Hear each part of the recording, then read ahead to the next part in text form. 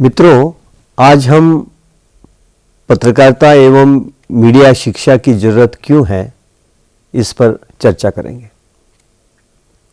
देखिए, आज हमारे पूरे भारतवर्ष में बहुत सारे विश्वविद्यालयों में या संस्थानों में, कॉलेजेस तथा संस्थाओं में पत्रकारिता एवं मीडिया के पाठ्यक्रम पढ़ाए जाते हैं।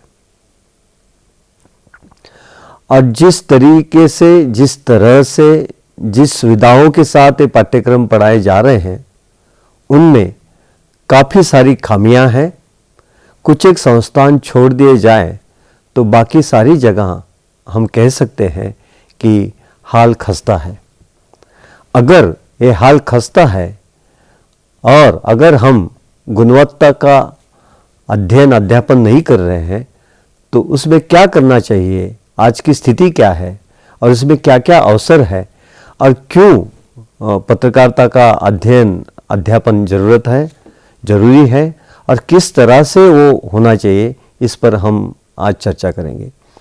देखिए, पत्रकारिता का जनतंत्र में जो एक सहभागिता है वो बहुत ही अहम है, क्योंकि जो जनतंत्र की विधाएं हैं, एक है पार्लियामेंट, जिसे हम लोग विधिपालिका कह सकते हैं, एक न्यायपालिका है और एक कार्यपालिका है।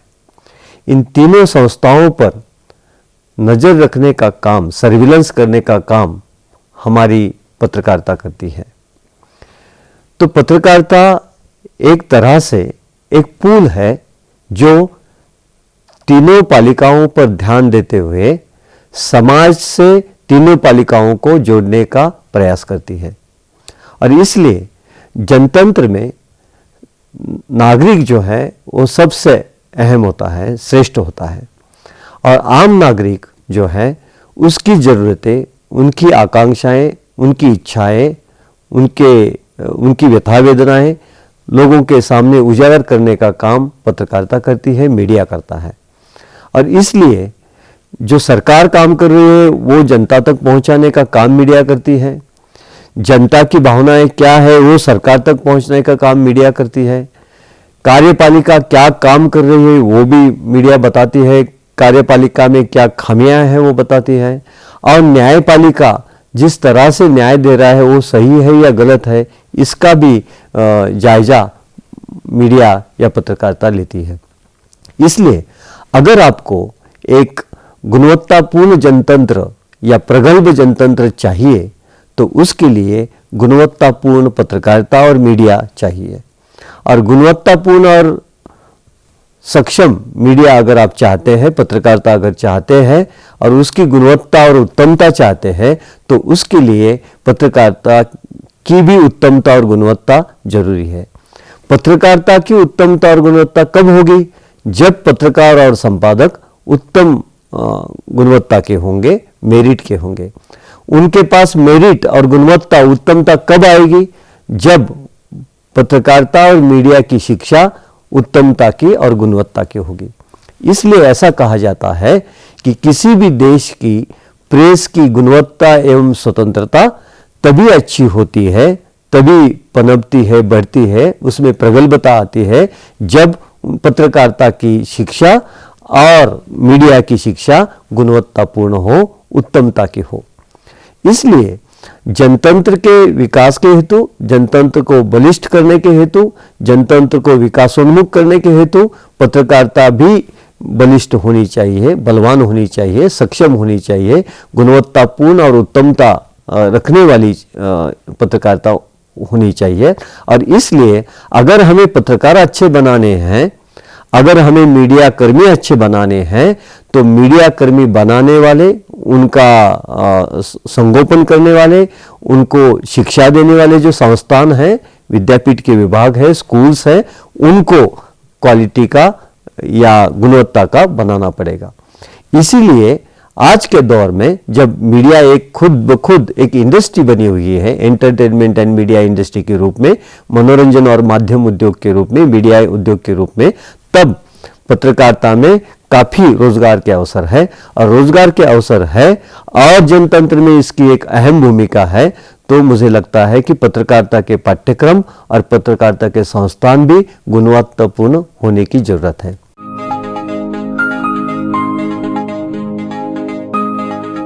अभी हम कोशिश करते हैं कि ये जो पत्रकारिता और मीडिया का अध्ययन अध्यापन है, उसके क्या क्या अंग है, विभिन्न अंग है। एक पहला अंग कहा जाता है उसे कम्युनिकेशन स्टडीज। कम्युनिकेशन स्टडीज या संचार अध्ययन इसे कहते हैं। तो उसमें एक ये अध्ययन होता है scientific and critical research on human communication. तो मानवीय संचार जो है उस पर एक समीक्षात्मक और वैज्ञानिक तरीके से अध्ययन किया जाता है, अनुसंधान किया जाता है। उसके साथ साथ इंटरपर्सनल कम्युनिकेशन, अंतर्व्यक्ति संचार, संगठनात्मक संचार, ऑर्गेनाइजेशनल कम्युनिकेशन, पब्लिक कम्युनिकेशन, जनसंचार, इंटरकल्चरल कम्युनिकेशन, अंतर सांस्कृतिक संचार और communication in various social, cultural and political context.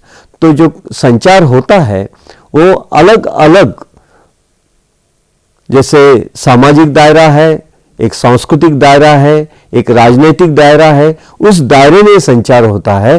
तो हर तरीके से, जैसे पॉलिटिकल कम्युनिकेशन हो, राजनीतिक संचार हो, उसके साथ साथ कल्चरल कम्युनिकेशन हो, इंटरकल्चरल कम्युनिकेशन हो, मल्टीकल्चरल कम्युनिकेशन हो, ये सांस्कृतिक दायरा आ गया। उसके साथ साथ सोशल कम्युनिकेशन हो, उसके साथ साथ समाज के विभिन्न अंग, विभिन्न वर्ग, विविध धर्म, जाति, उन समाजों में जिस तरीके से कम्युनिकेशन होता है उसका अध्ययन कम्युनिकेशन रिसर्च में किया जाता है।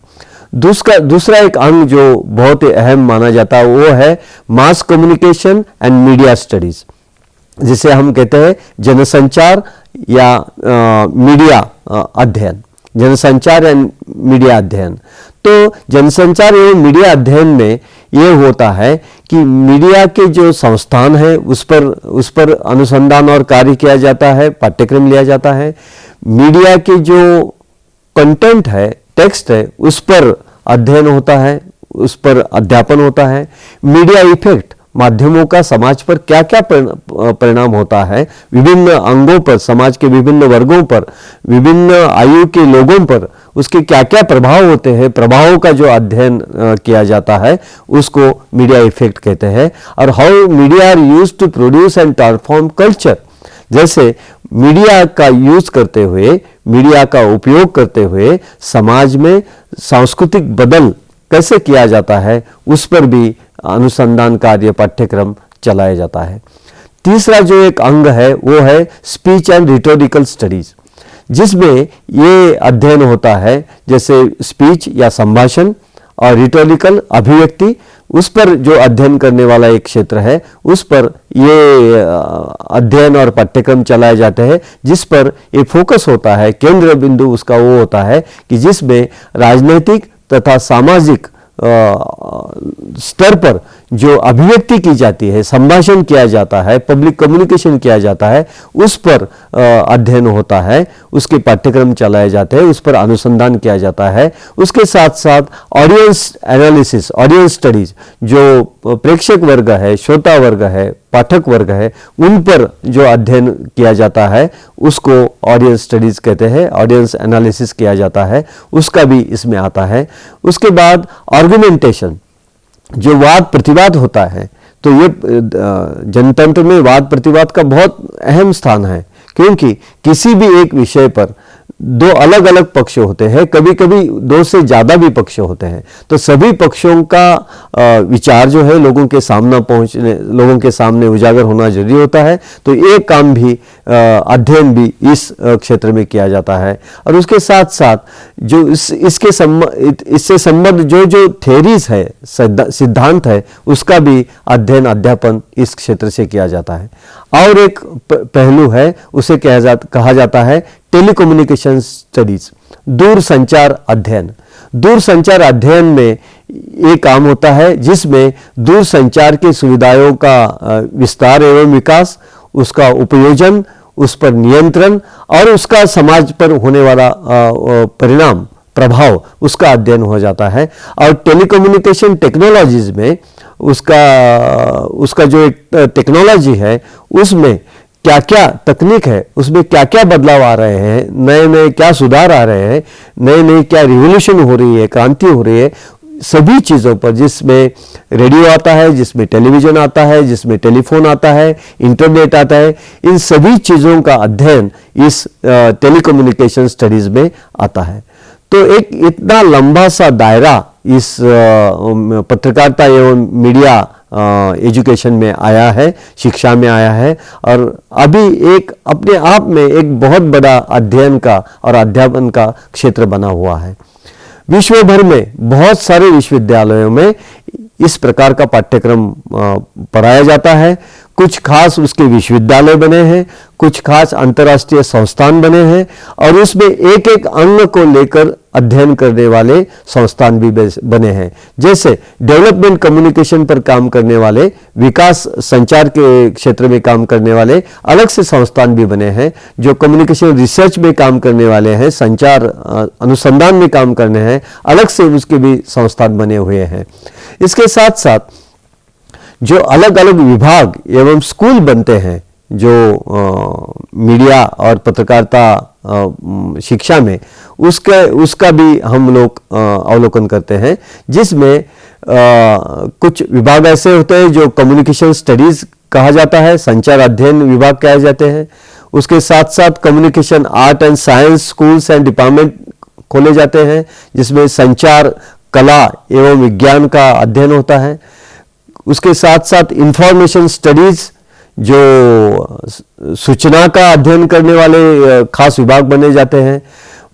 पत्रकारिता के विभाग बनते हैं, जिसे हम जर्नलिज्म स्टडीज कहते हैं। जर्नलिज्म में जो पत्रकारिता का अध्ययन होता है, अध्यापन होता है, वो खासकर प्रिंट मीडिया से ज़्यादा प्रभावी होता है, लेकिन टेलीविज़न जर्नलिज्म भी होता है, रेडियो जर्नलिज्म भी होता है, उसका भी सहभागिता जर्नलिज्म स्टडीज़ में आता है। फिर मास कम्युनिकेशन, जनसंचार का विभाग होते हैं, जो केवल जनसंचार पर अध्ययन करते हैं, ना कि संचार पर करते हैं, जनसंचार पर करते हैं, जिसे हम कह सकते हैं कि पब्लिक कम्युनिकेशन। इस पर जो अध्ययन होता है वो अलग से विभाग होते हैं। इसके साथ साथ मीडिया स्टडीज, मीडिया का अध्ययन करने वाले विभाग होते हैं, जो केवल मीडिया के विविध जो रूप है उस पर अध्ययन करते हैं, उसके प्रभाव पर अध्ययन करते हैं। उसके साथ साथ कुछ विश्वविद्यालयों में स्पीच कम्युनिकेशन के अलग से डिपार्टमेंट बने हुए हैं, और ये स्पीच कम्युनिकेशन के डिपार्टमेंट, जिसे हम कह सकते हैं कि संभाषण संचार भी बहुत एक अहम क्षेत्र बना हुआ है।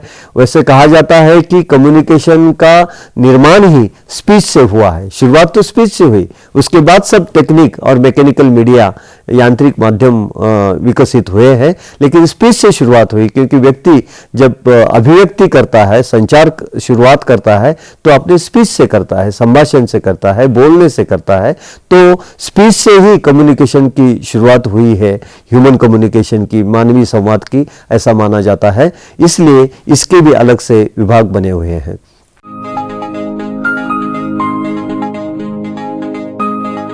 अभी हम एक तीसरे पहलू पर जाते हैं। तो आज का भारतवर्ष में ये जो जर्नलिज्म, पत्रकारिता शिक्षा है या मीडिया शिक्षा है, उसकी स्थिति क्या है, उसकी खासियत क्या है और उसकी खामियां क्या है, ये देखने की कोशिश करते हैं। अभी ऐसा लग रहा है कि जैसे जैसे एंटरटेनमेंट एंड मीडिया इंडस्ट्री बढ़ रही है, समाचार पत्र बढ़ रहे हैं, भाषाई समाचार पत्र बढ़ रहे हैं, उनकी खपत बढ़ रही है, उनका उत्पन्न बढ़ रहा है, रेवेन्यू बढ़ रहा है, चैनल्स आ रहे हैं टेलीविज़न के, जो समाचार के चैनल्स है, अलग अलग कार्यक्रम करने वाले चैनल्स है, वो चैनल्स आ रहे हैं। रेडियो बढ़ रहा है, एफएम रेडियो बढ़ रहा है, उसके अलग अलग एफएम रेडियो के चैनल्स खुल रहे हैं। उसके साथ साथ न्यू मीडिया आया है, तो माध्यमों के विकास का एक बहुत बड़ा पर्व हमारे सामने खुल गया है, और इसके कारण माध्यमों में रोजगार के अवसर भी बढ़ रहे हैं, और इसी कारण माध्यमों की शिक्षा के केंद्र भी बढ़ रहे हैं, दिन ब दिन बढ़ रहे हैं। और ऐसा कहा जा सकता है कि इसमें एक मशरूमिंग ग्रोथ हो रही है। जिसे कह सकते कि अनियंत्रित विकास हो रहा है। जो किसी भी शहर में आप जाइए, आपको जर्नलिज्म का कोई ना कोई स्कूल या संस्थान दिखेगा ही दिखेगा। और ये नहीं होता है कि वहाँ ये जो मीडिया इंस्टीट्यूशंस बनी हैं उनमें जिसे कहते हैं कि उसका एक इंफ्रास्ट्रक्चर, पायाभूत सुविधाएं उसमें है या नहीं है, कोई देखता नहीं है। वहाँ अनुभवी अध्यापकगण है, क्वालिफाइड टीचर्स है, ये भी देखा नहीं जाता। स्टूडियो है, इंफ्रास्ट्रक्चर है, वो भी देखा नहीं जाता। तो एक ऐसी स्थिति आई है, पुअर इंफ्रास्ट्रक्चर, कोई भी पायाभूत उसकी जो सुविधा है वो नहीं रहती है। पुअर लेबोरेटरी फैसिलिटीज, लेबोरेटरीज उनकी जो लेबोरेटरीज है बहुत ही पुअर है, उसमें ये काफ़ी सुविधाओं की दिक्कत है। उसमें ग्रंथालय नहीं होते, लाइब्रेरीज नहीं होती, और लर्निंग रिसोर्सेज जिसे कहा जाता है उसके साधन उनके पास नहीं होते हैं। तो ऐसी स्थिति में अनक्वालिफाइड और इनएडुकेट टीचर्स होते हैं, इनएक्सपीरियंस फैकल्टी होती है। जहां अनक्वालिफाइड टीचर्स हो, जिसको पात्रता नहीं है, उनकी संख्या कम है, और जिनको प्रोफेशनल एक्सपीरियंस नहीं है, व्यावसायिक अनुभव नहीं है, ऐसे अगर वहाँ अध्यापक हो जिनका एक्सपीरियंस कम हो, जिनका क्वालिफिकेशन कम हो, जिनकी संख्या कम हो, तो जाहिर है कि जिस तरीके का अध्यापन वहाँ होता होगा वो जाहिर है कि वो अच्छा नहीं है, उसमें काफ़ी सारी खामियां हैं। और सबसे अहम बात ये भी ध्यान में आती है कि जो सिलेबस है, वहाँ पाठ्यक्रम बनाया हुआ है, वो भी मीडिया इंडस्ट्री जिस वेग से बढ़ रही है, विस्तारित हो रही है, उसमें क्रांति आ रही है। सो मीडिया की गति, मीडिया इंडस्ट्री की गति, मीडिया उद्योग की गति बहुत ही फास्ट है, गतिमान है। और उसके साथ साथ मीडिया का पाठ्यक्रम जो है बहुत ही धीमी गति से चल रहा है। तो एक मीडिया उद्योग बहुत जोर से आगे चल रहा है, और उसका व्यावसायिक प्रशिक्षण देने वाला, पाठ्यक्रम देने वाला संस्थान जो है धीमी गति से चल रहा है। तो उससे एक मिसमैच बन रहा है। तो जब छात्र बाहर पढ़ते हैं किसी भी संस्थान से या विश्वविद्यालय से कोई डिग्री हासिल कर तो जब वो उद्योग में जाते हैं, मीडिया उद्योग में जाते हैं, तो वहाँ के प्रोफेशनल्स कहते हैं कि आपके जो छात्र हैं, आपके संस्थान से बाहर पढ़े हुए छात्र हैं, उनको उद्योग जिस दिशा में और जिस दशा में है उसका कोई ताल्लुक उनसे नहीं होता, कनेक्टिविटी नहीं होती, और एक डिस्कनेक्ट हुआ है। और अगर रिकनेक्ट होना है तो जिस गति से मीडिया उद्योग बढ़ रहा है, विकसित हो रहा है, नया तकनीक आ रहा है, तो उसके साथ साथ मीडिया प्रशिक्षण संस्थानों को भी जुड़ जाना चाहिए। उन्होंने भी अपने आप में बदलाव समय के साथ करने चाहिए।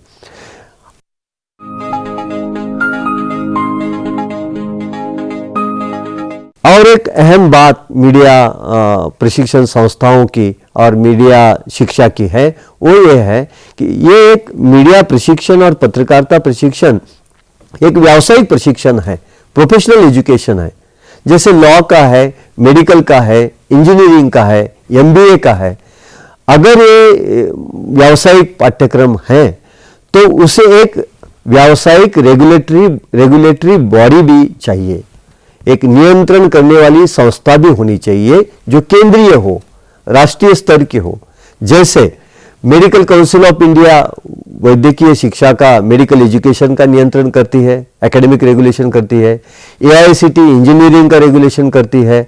Bar council of India law education का करती है। वैसे पत्रकारिता और मीडिया एजुकेशन का रेगुलेशन करने वाली कोई भी अथॉरिटी या संस्था अपने पास नहीं है, और उसके कारण ये मशरूमिंग हो रही है। उनके पास साधन है, सुविधाएं हैं, इंफ्रास्ट्रक्चर है, शिक्षक है, कुछ देखा नहीं जाता, और संस्थाएं दिन ब दिन निकल रहे हैं और छात्रों से पैसे वसूले जा रहे हैं, और उनको जो अच्छी शिक्षा उनको चाहिए वो नहीं मिल रही है, एक तरह से फंसाया जा रहा है।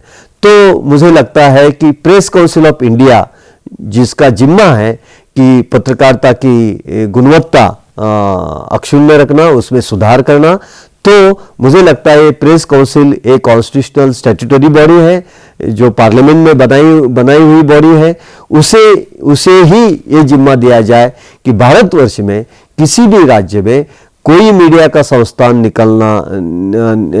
निकल रहा है या किसी विश्वविद्यालय में या कॉलेज में पत्रकारिता का पाठ्यक्रम खुल रहा है, संस्थान विभाग खुल रहा है, तो उसका रेगुलेशन करने वाली, परमिशन देने वाली ये राष्ट्रीय स्तर की अथॉरिटी बने, संस्था बने। और प्रेस काउंसिल ऑफ इंडिया ये देखे कि उसके लिए मिनिमम इंफ्रास्ट्रक्चर जिसे कहा जाता है, मिनिमम फैसिलिटी जिसे कहा जाता है, वैसी सुविधाएं और साधन उस संस्थान में है या नहीं, उसे देखकर ही परमिशन दी जानी चाहिए।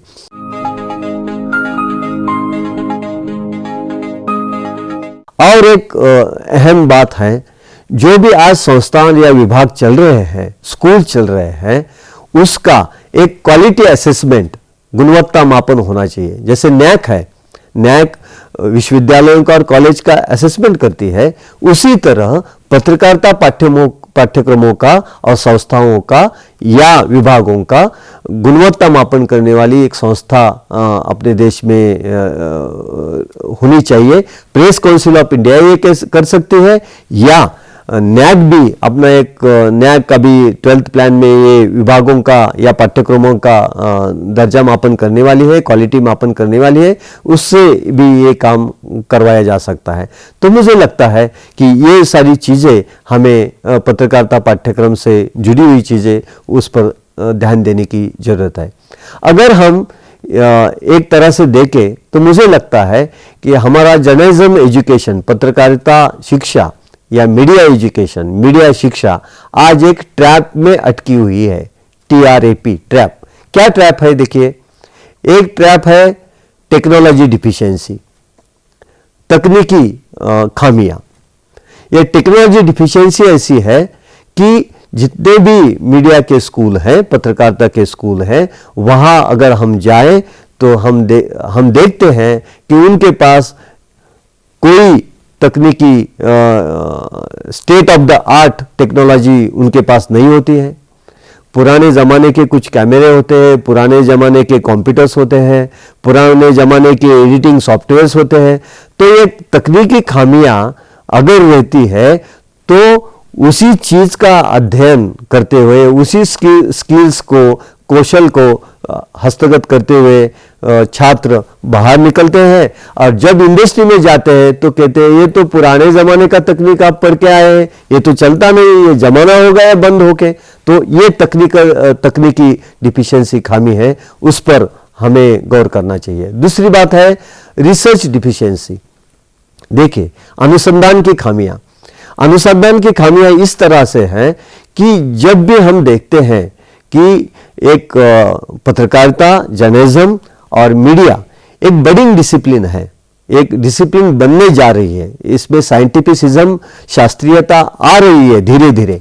लेकिन शास्त्रीयता कब बढ़ेगी, ये एक डिसिप्लिन, एक अध्ययन क्षेत्र कब बनेगा, जब इसमें ज़्यादा से ज़्यादा सैद्धांतिक और अप्लाइड, उपयोजित अनुसंधान होगा। तो अभी हम देखते हैं कि उसमें बहुत कम स्तर पर रिसर्च होता है। सो रिसर्च डिफिशियंसी, अनुसंधान की खामी बहुत है। उसके बाद एकेडमिक डिफिशियंसी भी है।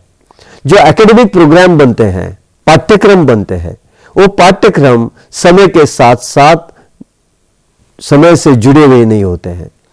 तो पारंपरिक पाठ्यक्रम पढ़ाया जाना या पारंपरिक चीजें पढ़ाया जाना, पारंपरिक तकनीक पढ़ाया जाना और समय के साथ न जुड़े रहना, ये एकेडमिक डिफिशियंसी बहुत बड़ी है। तो मुझे लगता है कि हर साल पत्रकारिता और मीडिया के पाठ्यक्रम में बदलाव लाने की जरूरत है, क्योंकि हर साल उसमें कुछ न कुछ सुधार हो रहा है। नए नए तकनीक आ रहे हैं, नए नए पद्धतियां आ रही है, नए नए क्षेत्र विकसित हो रहे हैं, नए नए मीडिया आ रहे हैं। ऐसे में अगर हम उसके साथ ये जो बदलाव आ रहे हैं उसके साथ जुड़े नहीं रहेंगे तो हमारा एकेडमिक डिफिशियंसी कायम रहेगी, और एकेडमिक डिफिशियंसी कायम रहेगी तो जिस तरह से हम छात्र बाहर निकालेंगे उनकी भी क्वालिटी नहीं रहेगी, उनकी भी गुणवत्ता नहीं रहेगी, और उनके पास उत्तमता नहीं होगी, और उत्तमता नहीं होगी तो उनको अवसर अच्छे नहीं मिलेंगे। आखिर में जो प्रोफेशनल डिफिशियंसी है, टैप में का लास्ट जो पी है वो प्रोफेशनल डिफिशियंसी का है, व्यावसायिक खामियां। तो अगर ये एक व्यवसाय है, अगर ये व्यावसायिक शिक्षा है, तो जो भी छात्र बाहर निकलकर आएगा वो केवल सैद्धांतिक रूप में पाठ्यक्रम उसने अध्ययन किया है और उसमें अच्छे अंक हासिल किए हैं, गुणवत्ता हासिल की है, ये चलेगी नहीं। उसे चाहिए कि उसमें व्यावसायिक गुणवत्ता और उत्तमता भी हो, व्यवसाय के लिए वो एक सक्षम व्यक्ति हो, एक ह्यूमन रिसोर्स हो, ह्यूमन कैपिटल हो, एक मानवीय भांडवल हो।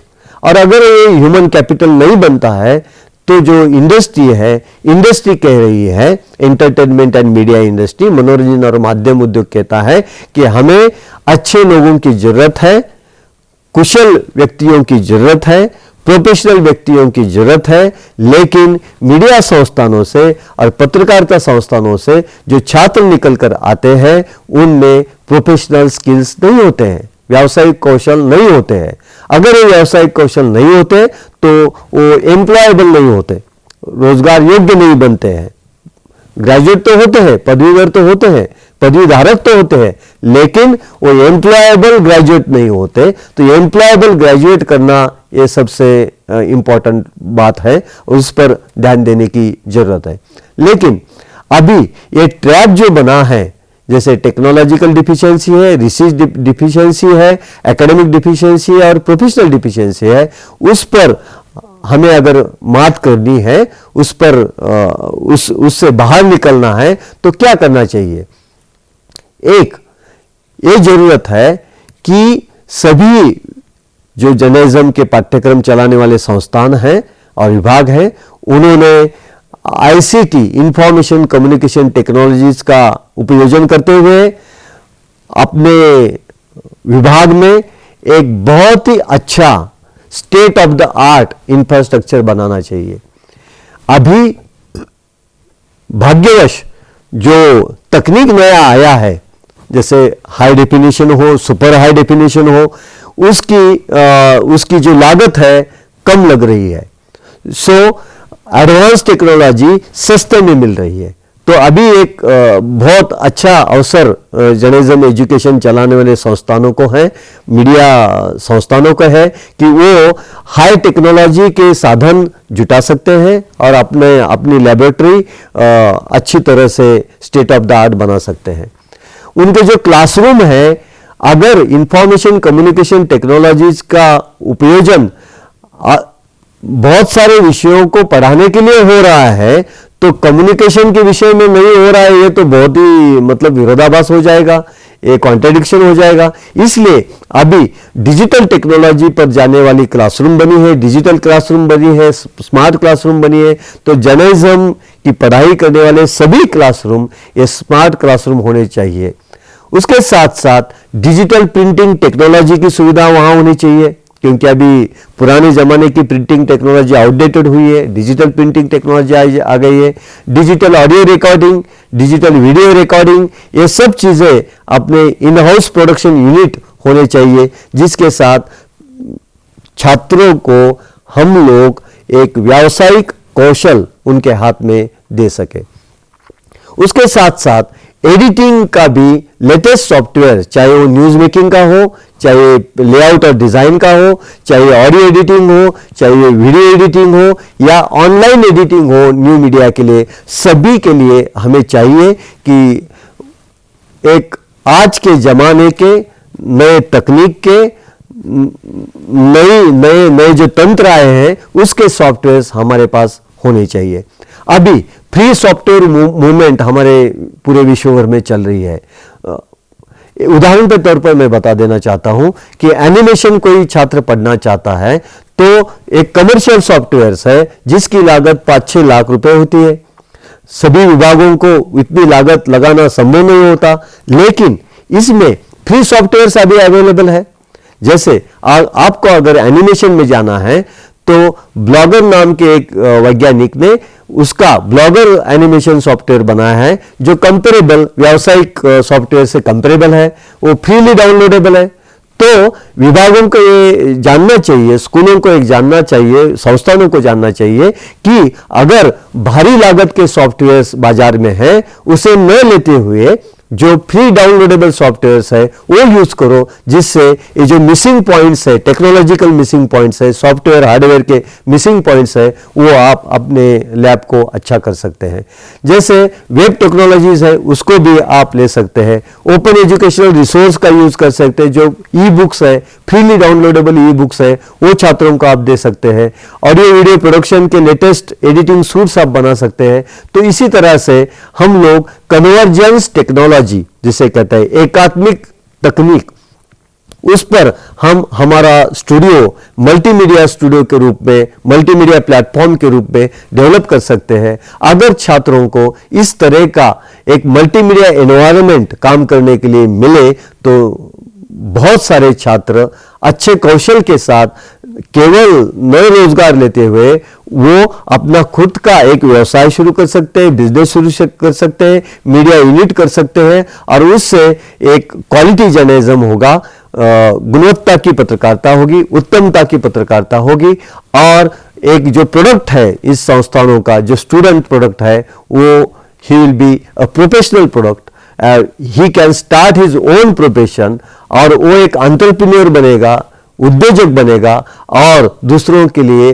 रोजगारों के अवसर भी क्रिएट करेगा। ये संभव हो जाएगा।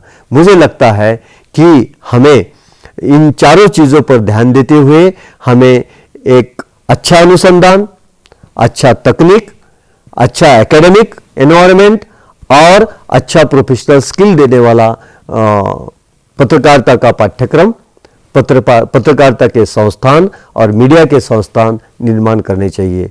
और ये आज की जरूरत है, क्योंकि ये जनतंत्र की जरूरत है। प्रेस की उत्तमता और प्रेस की गुणवत्ता, उसमें अगर हम सुधार चाहते हैं तो पत्रकारिता के शिक्षा में पहले सुधार होना चाहिए। वहां सुधार हुए तो ही पत्रकारिता में सुधार हो जाएगा। पत्रकारिता में सुधार आएंगे, दर्जा आएगा, क्वालिटी आएगी, गुणवत्ता आएगी, उत्तमता आएगी, तो आप पता ये जनतंत्र में गुणवत्ता आएगी। और जनतंत्र अगर प्रगल्भ होता है, गुणवत्ता का होता है, उत्तमता का होता है, तो समाज के सभी वर्गों के जो प्रश्न हैं वो शांततामय तरीके से हल हो जाएंगे।